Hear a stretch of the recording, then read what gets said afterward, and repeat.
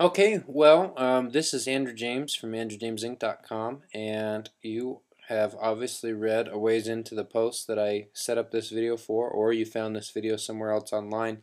This is about the AdWords SEO sneak attack. I'm participating right now in a forum, in a mastermind group with two individuals who I value, respect, and trust highly. They're Raymond Fong and Fernando Ceballos. They have a website called SEO-Networker.com, and I recommend that you check it out. If you haven't already read the post about the SEO Spy Report, Week 3, in that post you'll see links to their personal blogs, and you can find more about them there. Anyway, I'm in this mastermind group with them, and this week we've talked a lot about on-page SEO, and there's a lot to it, and there's a lot that they've shared with us that is, kind of private information that I don't want to explain to anyone else, and I don't think that I could do it justice.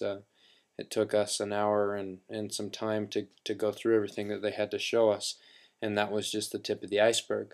But the point here is they gave me an idea, and this is something that I've got from Perry Marshall as I've listened a lot more, in the idea of using AdWords really as your testing tool to make sure every business activity you ever participate in is truly profitable.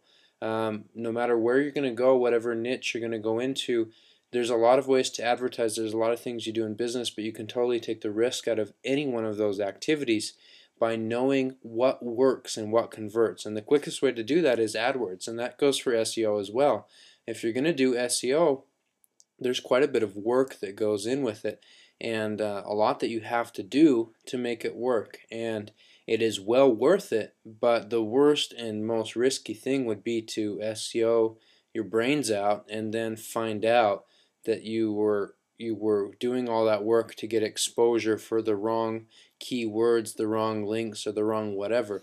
And so, marketing at the end of the day is all about conversion. So one of the things they shared with us is that meta descriptions, let me make sure that I've got this right. A meta description, everyone that uses WordPress probably has. If you don't, you should have this plugin. This is pretty common knowledge, but just this plugin. Anyone that looks into doing SEO, anyone that looks into doing SEO and is using WordPress will probably search for SEO plugins in WordPress, and they'll find all-in-one SEO pack. I think a lot of people use this. There's things that you can do with the title and the meta and the keywords. I don't really want to talk about that, but what I want to talk about is this description right here. And what you put in here, you have 160 characters for the description. Now, the technique here is we're talking about SEO, using SEO as a conversion tool, not just a traffic tool. One of the things that stuck with me more than anything that Fernie said was, you don't get any money to be at the top of Google. So let's get right into it. You've got 160 characters here to do a description. That description will come up in the search engine results. When somebody does a search on something, they will see that in the description under the link that is posted there. And so one of the key things for you to understand is that SEO is like free AdWords. It's a way to do, once you've done it, it happens there for free. Well, none of us would go out and do AdWords and not test our ads. None of us would go and do AdWords when we're spending money trying to figure out what is going to get the best click-through ratio and not test it against another ad. At least if you're a savvy direct response marketer, you wouldn't do that. So my question to you is, if you're going to do SEO, why don't you test what you're doing, at least for the most important things, maybe not for every post, but maybe, and see which gets the better response. So today what I want to do is give you two techniques to measure your audience's response, and the first one is AdWords. You'll notice that I'm here in AdWords, and I'm just gonna I've created just a simple ad here for something that I'm going to launch soon. I wrote a book with my partner Bobby Fogg. You can check out his website at bobbyfogg.com, F-O-G-G. And this is a capture page site that we're going to be doing called MLMswitch.com. If you go to this early, it may or may not be up. But what I want to show you here is really simple. I'm going to do an ad variation, and I'm going to create a new ad variation just to give you an idea. And So what you've got here is 25 characters, 35 characters, 35 characters. So that's 70 characters plus 25 characters, about 100 characters. So here, where was I? Right here. Okay, in this description here, you've got 160 characters. Okay, so an AdWords ad has a little bit less space, but you can get the idea. You could test your title. Twitter has 140 characters, and I'll get into how you might use that to do the test as well. But here's the point. What you put in here is what people are going to see, and you want to sell the click. You want to convert them. And so the best way to do that would be to actually figure out, when you do your AdWords tests, what's converting the best. And so if you look back at these two ads, just a sample test, I've got the same headline on both of them. I might create another group with a different headline saying switch today or something like that. And then here I've got two different ads. Start making money and start achieving your MLM dreams today. Stop losing money and start achieving your MLM dreams today. Very, very similar ads to completely different psychographic audiences.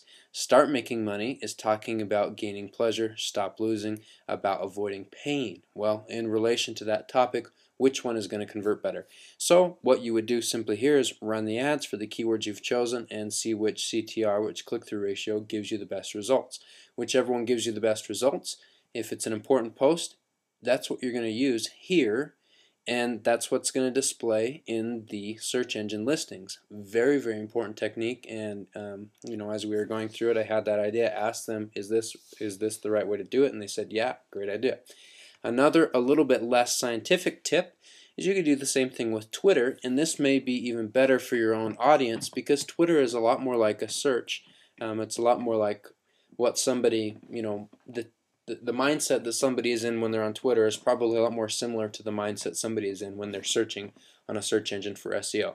So the two tips for Twitter, I always use bud URL, not tiny URL, simply because bud URL is trackable, and all you have to do is add a new URL. So if you're going to send people to a post, what I'd recommend you do is find a post that's going to be an important post to you, put in the URL to that post. It'll give you a small URL that you can use. If you've used tinyURL, you know how it works.